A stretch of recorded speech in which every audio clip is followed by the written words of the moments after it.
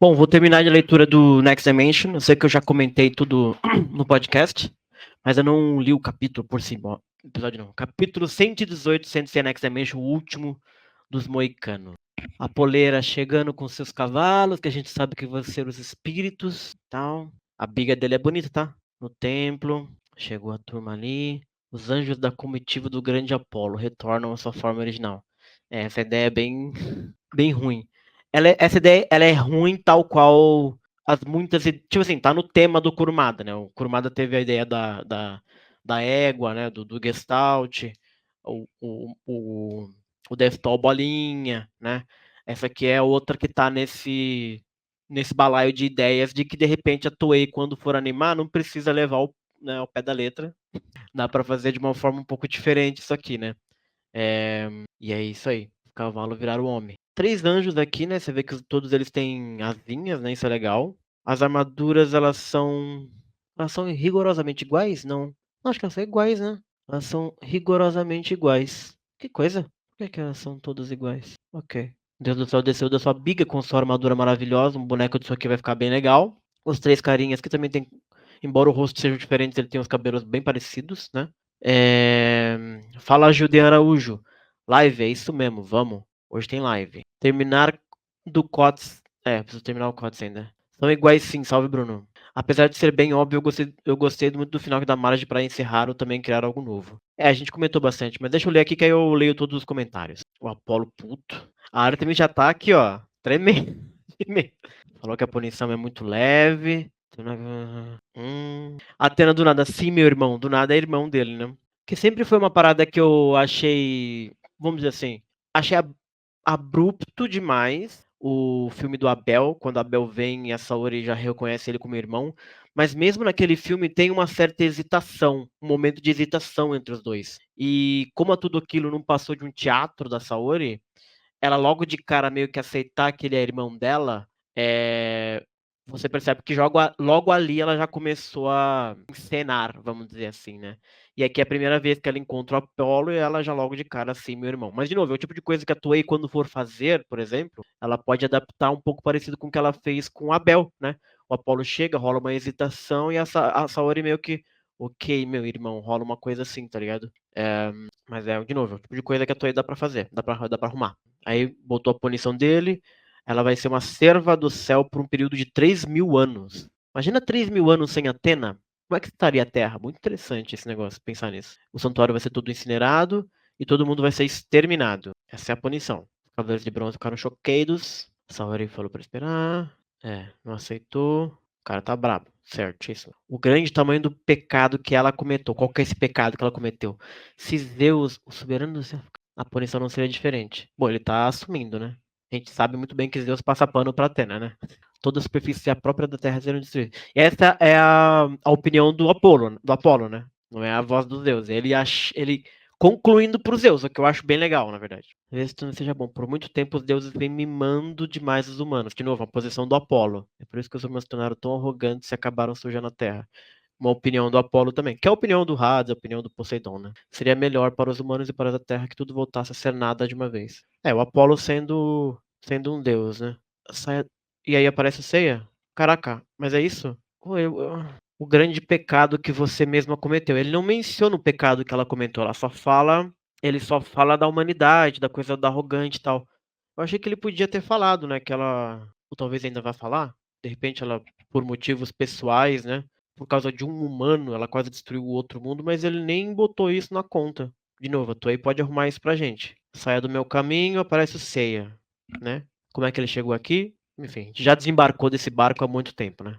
O Kurumada colocou a regra, depois nunca mais revisitou. Então, realmente, qualquer um pode vir pro Olimpo. Apareceu todo mundo chocado com ele. A Callisto mandou a satélite. Ele esbofetou as meninas pra se soltar. Certo. A satélite segurando ele. É um tropo engraçado, né? Porque não acontece isso geralmente, né? Em Saint Seiya. O cara ser escoltado pra fora ou segurarem ele. É sempre uma lutinha, né? Sempre um golpezinho aqui e tal. É engraçado elas pegarem ele pelo braço e tentar escoltar. Achei curioso. Se solta, pergunta pra Saori. A Saori surpresa. Ele comenta: Ah, se perdoando ali com a turma. Ou seja, ele ficou sabendo isso de alguma forma. Provavelmente a Marinho, a Shaina deve ter comentado. Mas elas não sabiam, não sabiam? Ou sabiam? Eu não lembro agora. Elas sabiam? Agora eu não tô recordando isso. Ah, não, acho que sabia porque acho que o Toma falou pra elas, né? Então provavelmente elas contaram pro Seiya. Enfim, Joe, a gente tem que aceitar que ele sabe de alguma forma. Tô tentando salvar aqui, né, o roteiro. De novo, o tipo de coisa que a Toei dá pra melhorar. Não foi grande coisa. Ah, o Wiki. Muito bom, Wiki. Não tá nem aí pra falar. Já passou Apolão aqui. O que era pra ser uma cena muito extensa e grande, ele já resolveu. De novo, eu tô editando os cortes, né? E recentemente eu revisitei uma opinião minha que eu tava enquanto eu lia, dessa coisa do Kurumada se alongar demais em algumas cenas absolutamente desnecessárias e simplesmente rushar umas coisas que são essenciais. Essa que é uma cena absolutamente essencial que ele resolveu numa página. Enquanto isso tem, tipo assim, um capítulo inteiro na casa de Gêmeos, por exemplo, que é absolutamente repetição do que a gente já viu 1000 vezes.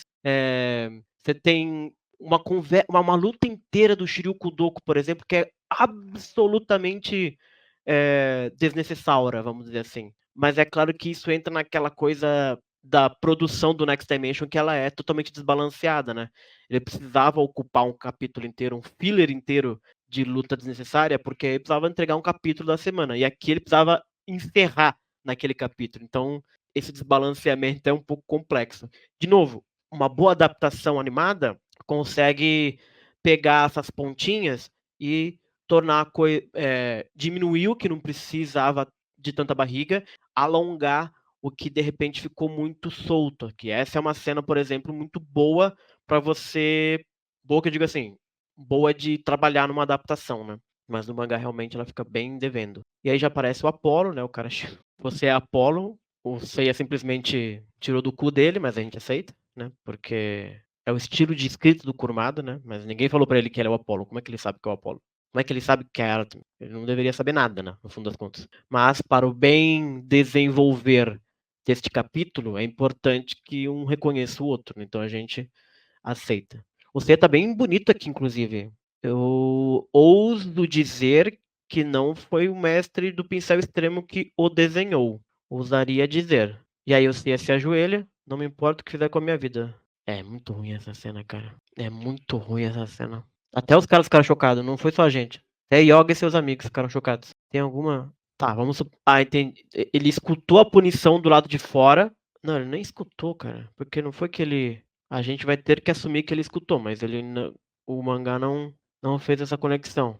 De novo, o anime vai ter que dar um jeito nisso. Mas de graça ele se ajoelhou. A gente tem que. Olha, o Kurumada exige muito da gente, né, cara? Impressionante. A gente não sabe como você chegou lá. Ele não escutou o que a turma falou. Ele não conhece aquelas pessoas. Mas quando ele entra no lugar, ele já automaticamente sabe que é o Apollo, sabe da punição e decide se ajoelhar. É o tipo de escrita que, assim, qualquer em outro lugar, se isso acontece, tipo assim, você volta pro autor e fala assim, ó, quer um feedback construtivo? Esse personagem aqui não tem conhecimento das coisas. Será que não é legal você fazer um quadro, de repente, fazer alguma... para ele chegar aqui um pouco com a motivação um pouquinho mais definida? Mas é o acordo que a gente faz com o Kurumada, né? E aí, quando você faz um acordo com o Kurumada, você sabe que você está propenso a esse tipo de coisa. E aí, logo de cara, ele se ajoelha e não se importa com o que ele fizer com a vida dele. A gente comentou sobre isso no podcast, eu não vou ficar me alongando aqui, mas se você vai fazer o Seiya se ajoelhar diante de um deus, era melhor você ter escrito uma história muito boa pra isso convencer e entendeu? Pra gente entrar na sua história. Não é o caso de Next Dimension. Isso aqui é um absurdo. Isso aqui nem canônico é. Isso aqui fere a essência da obra. Todo mundo chocado, aí o Apolo quer trocar a vida da Atena pros outros pela de uma única pessoa. E ele pergunta se a sua vida vale tanto assim. Justo. Aí o anjo bate no C, que tá sem armadura, era pra ele ter morrido 100%. E aí ele cai e tal, bidente. Bidente do Apolo nele. Minha irmã Atena é uma divindade. Podem as vidas de centenas de milhões de humanos, que são como vermes, balancear isso. Verdade. Do atrevido, vou te fazer em pedaços. Atacou o Seiya. Aí a Atena pediu pra parar, sou eu que vou morrer. Perdoa tudo em troca da vida. O Kurumada pegou, tipo, o mesmo quadro do Yoga, Shiryu, Shun e o Ikki reagindo e repetiu. Já é a terceira vez que tem isso. Olha lá, é a terceira vez. Ah, não, não é possível. Ele usou 3 vezes o mesmo quadro, cara. Como assim, velho? Caraca, é o mesmo quadro, com as mesmas posições, velho. Não é possível. Que economia que é essa? Eu tô chocado com isso, cara. Na moral, cara, não é possível um negócio desse, cara. Ai, meu Deus do céu, cara. Sabe quando no anime, tipo, o Yoga vai soltar um pó de diamante, aí ele só pega lá a primeira animação e bota de novo? É a mesma coisa. Eu tô morrendo, acho que eu nunca vi tanta repetição de um quadro no mangá. Eu amo Kurumada, sério. Lei do esforço zero. E ele tinha ajuda ainda, cara. Não é possível um negócio desse. Parece que é. Sabe aquelas sketches de comédia? Que sempre volta pro mesmo negócio? Cara, Kurumada, eu te amo muito. Se tiver outro, eu vou morrer, cara. Não vou aguentar, sério. Irmão, você não irá morrer. Não irá morrer. Ah, tá. Mesmo que você desapareça, você possui a vida eterna. Porque você é uma deusa. Neste caso. Saori. Saori quer abrir mão de ser uma deusa. Gosto. Me atrapalha um pouco na minha fanfic, tá? Não vou mentir. Porque eu tenho ideias para isso. Mas vamos lá. Vou deixar de ser uma deusa, Atena. A vida de todos. Tá. Ela barganhou aqui. Você entende o que significa não será mais uma deusa, somente possuirá algumas décadas de vida. É. Então. Bom, vamos ver o final. Essa seria tão tola. Artemis. Eu gosto muito da Artemis. Eu gosto muito da Artemis e do Apollo. Eles são legais. Deixaram de ser uma deusa, ser rebaixada para não ser uma. E aí ele fez e acabou. Eles desapareceram. Atena e os cavaleiros. Não se preocupe, os mandei para o mundo dos humanos. A nossa irmã se tornou uma humana como desejava. Agora saberemos o quão forte é essa determinação. No entanto, todas suas memórias foram apagadas. Ela esqueceu que era Atena, eles esqueceram que eram seus cavaleiros. O Apollo já sacou que. Vamos voltar, que isso aqui é importante, né? Tem uma coisa nessa sugestão aqui da Saori. Tem uma coisa da sugestão da Saori aqui pro Apollo, que é: eu vou deixar de ser uma deusa. E aí ele diz: mas em algumas décadas você vai morrer. E aí vai acabar pra você. Só que a Atena, ela reencarna como uma humana. Ou seja, daqui a algumas décadas ela vai mesmo morrer e só vai aparecer depois de alguns muitos anos. Então, assim, pra Saori, isso não muda nada, na verdade. Porque ela não viveria pra sempre, né? A alteração é que a Atena deixaria de reencarnar. Essa seria a consequência pra Atena. Eu não entendo. Essa barganha não faz sentido, não tem peso. Faria sentido, tipo, não faz sentido, na verdade. Faria sentido assim, ok, a humanidade não terá mais a Atena, porque você vai morrer e ninguém vai voltar mais. O santuário não vai ter mais. A não ser, até porque ele falou que, né? E talvez isso aconteça, mas seria bom ter deixado mais claro aqui, porque tem essa peculiaridade da Atena em comparação com outros deuses, por exemplo. Ele fazia essa ameaça para Artemis, por exemplo, faria todo sentido, porque ela é uma deusa e ao que tudo indica, ela é a deusa original, a deusa mitológica, né? Como o Hades era o corpo mitológico. A Saori não é o corpo mitológico da Atena, ela é uma reencarnação. Então essa barganha ficou esquisita. Embora eu entendo a ideia do negócio. E a ideia é legal, assim, tipo assim, eu troco a minha divindade, que é até muito mais importante do que a minha vida, né? É muito mais importante a minha divindade do que a vida, porque a divindade é eterna, a minha vida ela é mortal, ela é, né? Mas faltou essa consideração um pouquinho, confesso. Porque pra Saori ela ia morrer de qualquer jeito daqui a uns anos, então, de fato, seria melhor o mangá ter abordado isso.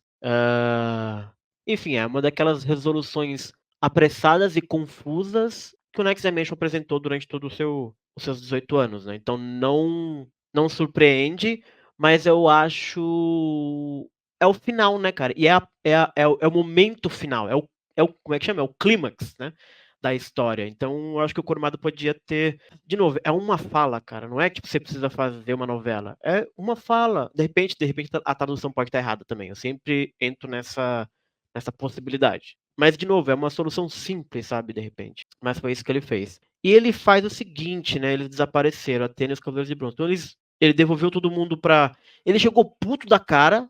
Puto. Ele chegou revoltado. Legal, gosto, porque eu realmente, né, Next Dimension, ela por causa do Sei, ela voltou pro passado e quase destruiu o mundo. E meio que estabeleceu ali a personalidade do Apollo, esse ser irado, né? E a Artemis tinha falado um pouco antes de que o senso de justiça dele era o mais apurado. Então, eu gostei dele chegar, né, assim, caraca, que caceta. E você percebe também muito que o Kurumada colocou no Apollo um egocentrismo enorme, né? Porque ele tá falando por Deus também, né? sem a gente saber exatamente o que pensa Zeus. E para ele se colocar nessa posição, não sei o que lá, e acho que Zeus vai fazer isso, então eu vou fazer, o cara precisa se achar muito.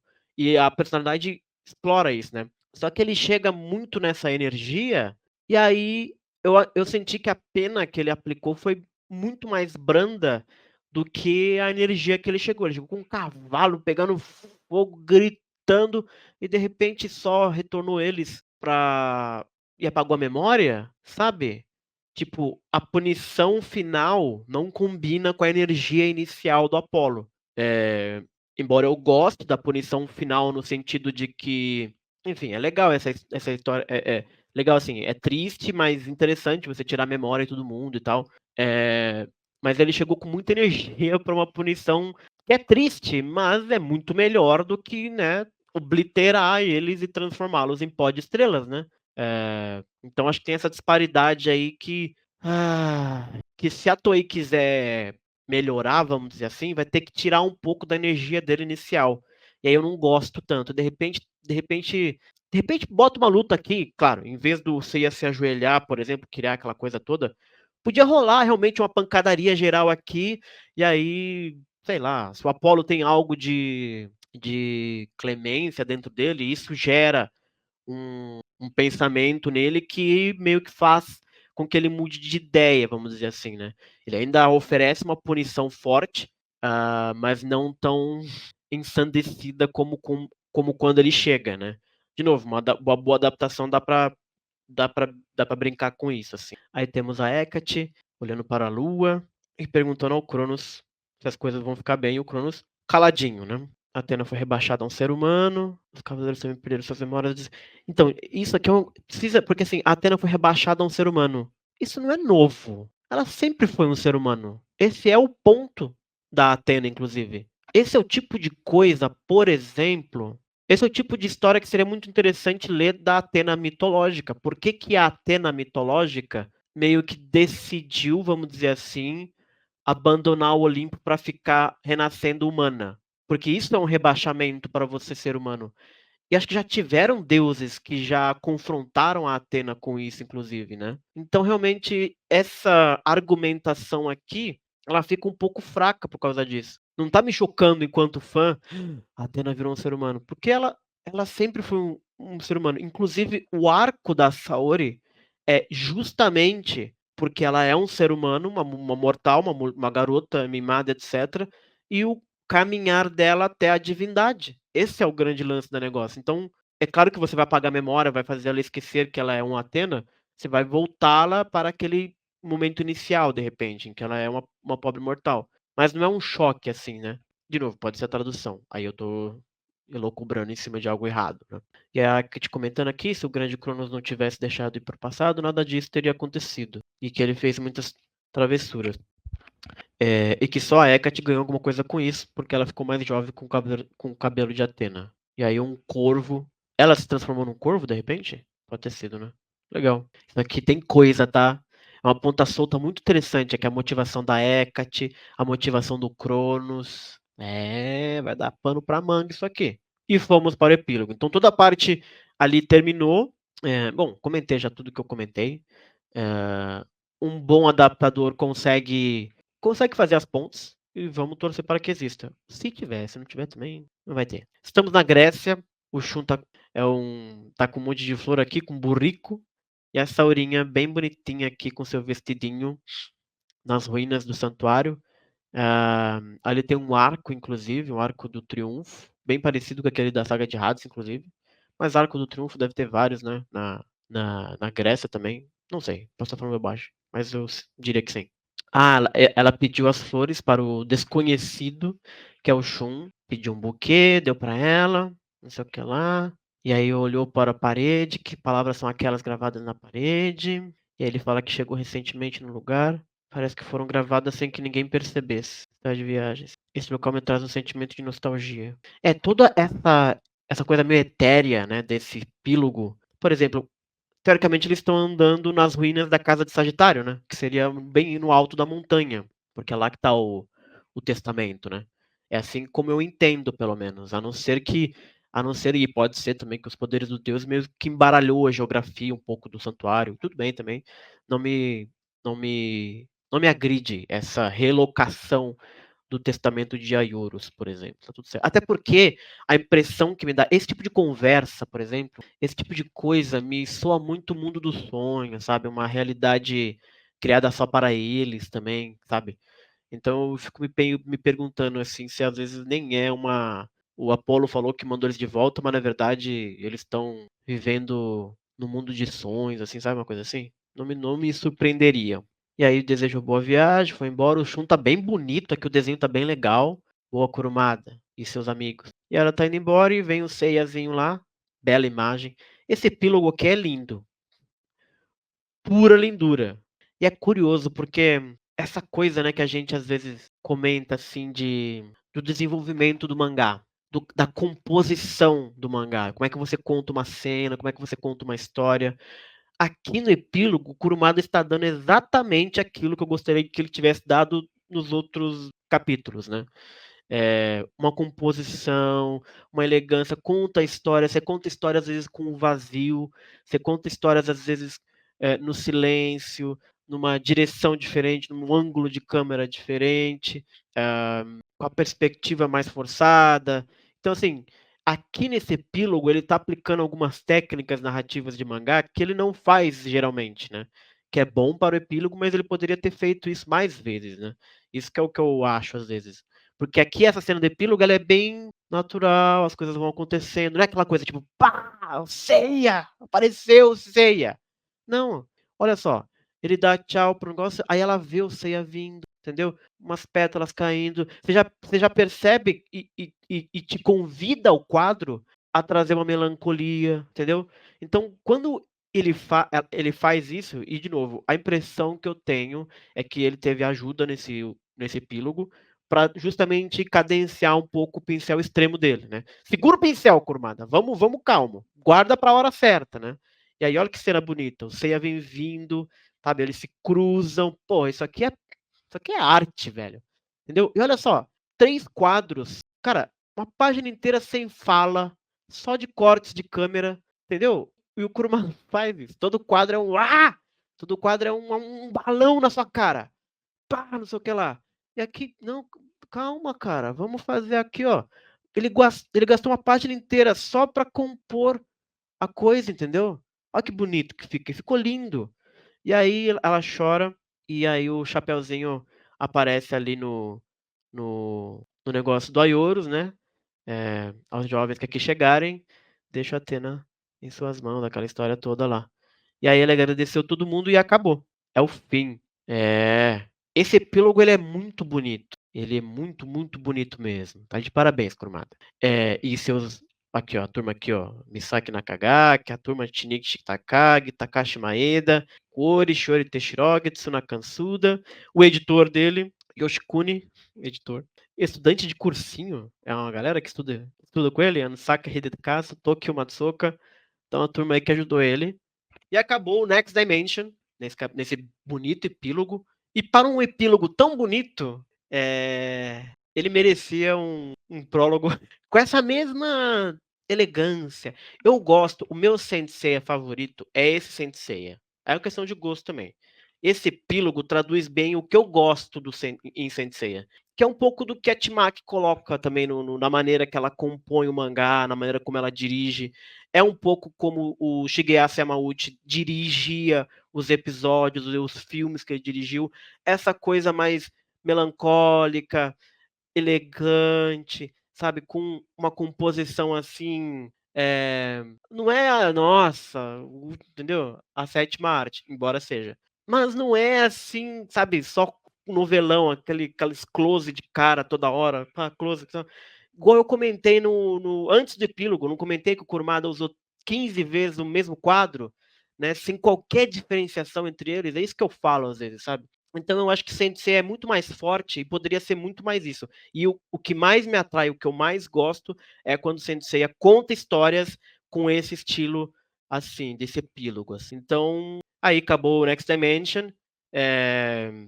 Um comentário geral, assim, né? Eu tenho lançado os vídeos, né? uns vídeos aí no canal, nos cortes, né.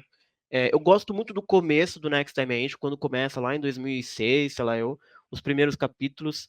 Eh, eu gosto muito de como começa o começo apresenta o Doku, o Shion e até o tema de uma forma bem meio despretensiosa, assim, uma coisa apresentando eles ali, sabe. Eu gosto também do arco em que a Saori eu vou dizer assim, ó, eu gosto de como o Kurumada ainda contava a história lá, que ainda era um acordo que você fazia com o Kurumada, mas eu acho que ele estava mais tranquilo no pincel dele, ele estava conseguindo estava uma coisa meio mangá clássico, assim, eu me pergunto muito se a decisão da Athena voltar para o passado para salvar o Seiya é uma boa ideia. Eu gosto muito de que ela se sinta muito em dívida com o Seiya, porque de fato realmente o Seiya faz tudo por ela. E, né, vamos começar, do jeito que a história foi escrita, ela não fez muita coisa. Ela ajudava, ela dava os cosmos, o poder do amor e tal, mas sofrer mesmo por ele, ou por eles, ela sofria mais pela humanidade, né, e tal. Então, ok, vê-lo, o Seiya, principalmente o Seiya, que é um personagem tão pra cima, tão energético, né, ele catatônico, em coma, realmente pra Saori deve ter sido muito difícil. Ah, eu comentando aqui, né, como se fosse é o tipo de coisa que deveria estar no mangá, que fosse lidar com essas coisas, mas o Kurumada não, né, a gente tá fazendo um trabalho pelo Kurumada. Enfim, eh, então faz sentido, né, que ela se sinta culpada e, pô, preciso fazer alguma coisa, nem que seja esse nem que seja é o que eu acho que se você vai colocar a Saori ou qualquer personagem colocando tomando essa decisão absurda de: "Cara, eu vou falar com Cronos", que tudo bem, ou é o pai dos Zeus ou é o deus primordial do tempo. As duas as 2 coisas são igualmente, graves no sentido de absurdas. Então se ela tomou essa decisão, eu esperaria que o mangá eh, abordasse o porquê que isso é tão desesperador para Saori, para ela dar esse passo inacreditável de eu preciso voltar no tempo e eu preciso tirar a espada do peito do Seiya, senão eu não vou conseguir viver comigo mesmo. Por quê? Não sei. O mangá não nem toca, nem vai. Mas para eu achar a Saori menos louca, eu precisaria que essa ponte fosse feita de alguma forma, né? E não foi feito. Então a gente aceita que a Saori, né, sente no dentro dela que e aí a gente teoriza por quê. Enfim, ela foi. Aí ela ter ido gerou todo o Next Dimension, gerou todo o ela foi para o passado, e aí o fato dela ter ido para o passado enfraqueceu o Tártaro, que libertou o Asclépio, e aí o Suikyo ficou sabendo, o Grande Mestre ficou sabendo, eles bolaram um plano, para evitar que o Asclépio voltasse, mas o Asclépio com o Odisseu depois aconteceu muita coisa ali que, no final das contas, é uma barriga enorme, né.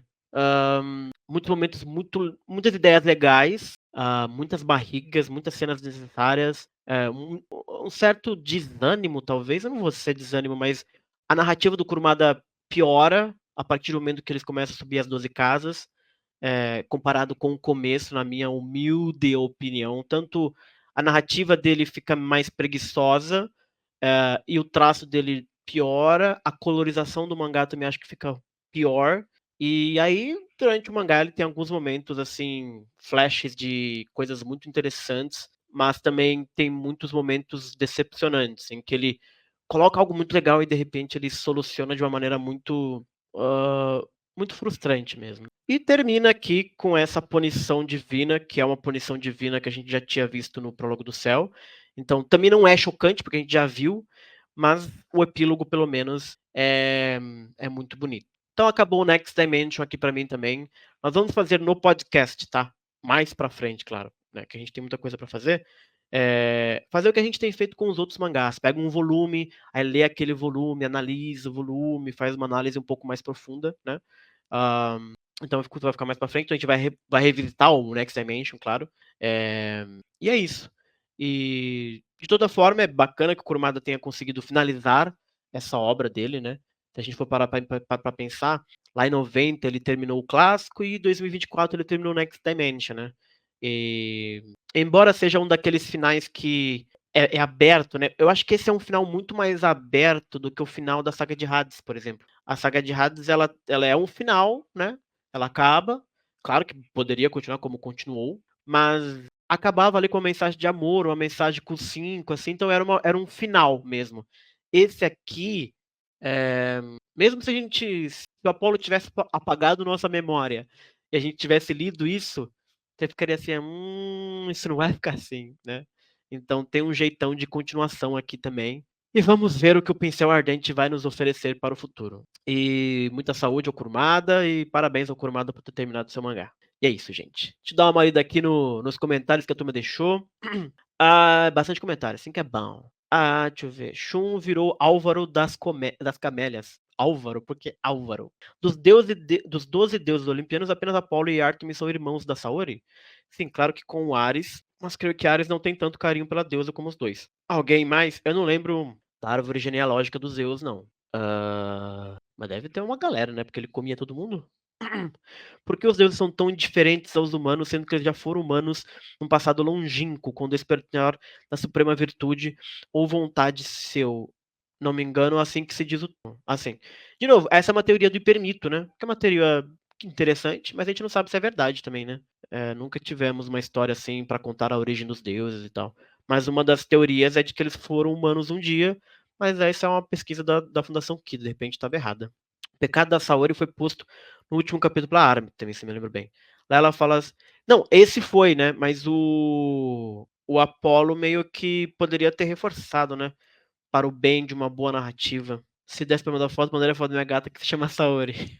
Que bonito. Fotos de gatas são sempre bem-vindas. Kurumada tem uma entrevista falando sobre o deus do tempo Cronos de Next Dimension? Não sei. Ser submisso assim é triste de ver. É, pavoroso. Não é nem canônico. Isso aqui a gente vai ignorar, né? Já campo aqui a campanha. Vamos ignorar. Pra você fazer o C ajoelhar na frente de um deus, porra, isso aí você vai ter que escrever muito bem, e não foi o caso. Tá parecendo a animação do He-Man. É verdade. O mesmo rolamento. Ai, ai. Peraí, já fizeram a pergunta? Calma, a turma tá conversando entre si aqui. Demian Tempo. A questão das ruínas me confundiu um pouco, porque a Montanha das Ucais, etc., é bem aparente nas últimas páginas.